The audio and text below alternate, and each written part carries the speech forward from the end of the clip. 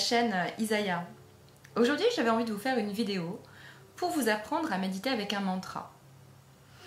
En effet, la méditation avec un mantra est une méditation extrêmement puissante et efficace. Et il est important de savoir comment la pratiquer. Parce que un mantra, ça ne se répète pas juste comme ça. Il y a plusieurs choses à mettre en œuvre pour activer la puissance des mantras. Alors déjà, c'est quoi un mantra ? Un mantra, c'est un phonème qui n'a pas de signification particulière, mais qui porte en germe une énergie qui vient éveiller la conscience. Grâce au mantra, ça va nous aider à capter le mental et à réussir à dépasser les pensées qu'on peut souvent avoir dans notre esprit.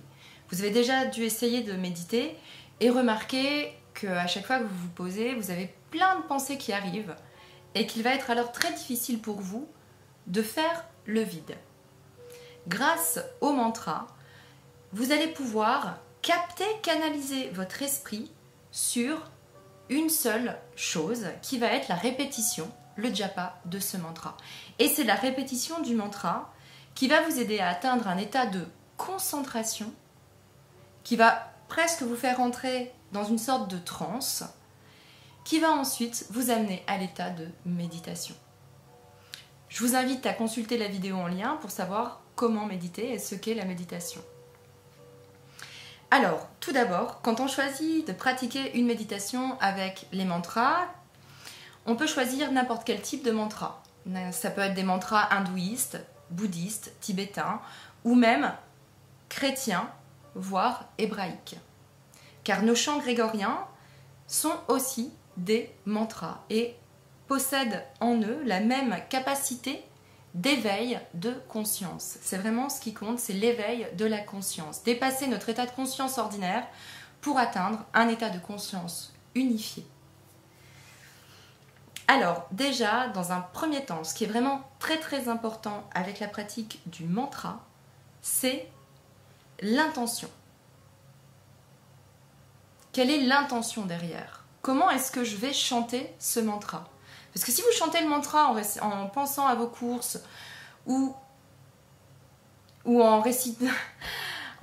pensant à vos courses ou alors en étant omnibulé par le travail ou par un autre souci, il n'aura pas le même effet. Il faut vous concentrer entièrement, c'est-à-dire donner toute votre attention à cette pratique, sans cesse, être à 100% dans le chant du mantra. Ça sous-entend aussi, ça c'est un deuxième point, que c'est une attitude dévotionnelle. Bon, souvent dans la société, ça peut faire peur la dévotion. Pourtant, si on veut activer un mantra, il faut être le dévot du mantra. Ça veut dire quoi être le dévot du mantra ? Ça veut dire qu'en fait, on va réciter le mantra en y mettant tout son cœur et tout son être. On est à 100% dedans. Ensuite, si on veut que le mantra ait de l'effet, et ça c'est primordial, sinon ça sert strictement à rien, il faut absolument avoir une voix ouverte, stable et posée.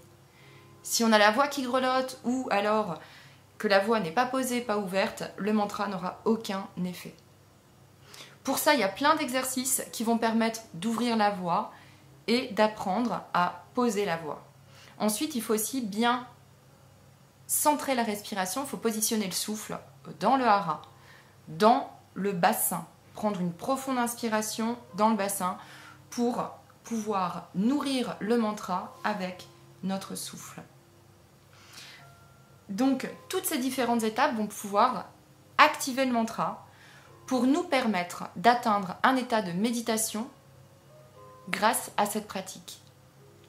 Et il y a aussi un certain rythme à respecter quand on veut chanter des mantras. C'est-à-dire qu'on va commencer le mantra avec un certain niveau sonore assez fort. Ça le charge, on lui donne une puissance. Puis au fur et à mesure, nous allons diminuer l'intensité sonore jusqu'à venir réciter le mantra intérieurement ça va nous permettre d'activer le mantra et surtout de venir, diffuser le mantra dans tous nos différents corps énergétiques et pas seulement dans le corps physique. Si on reste juste avec le chant du mantra, avec une voix très forte, c'est pareil, il ne se passe rien. Ça sert strictement à rien. Le principal, c'est vraiment de respecter ses phases, de descendre. Et ensuite, il y a un moment où naturellement le mantra s'éteint et alors se révèle le soi.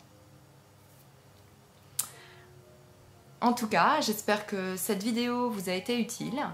Si vous souhaitez me soutenir, je vous invite à vous abonner à ma chaîne YouTube. Et en attendant la prochaine, je vous souhaite le meilleur et que vous puissiez être pleinement vous-même. À très vite.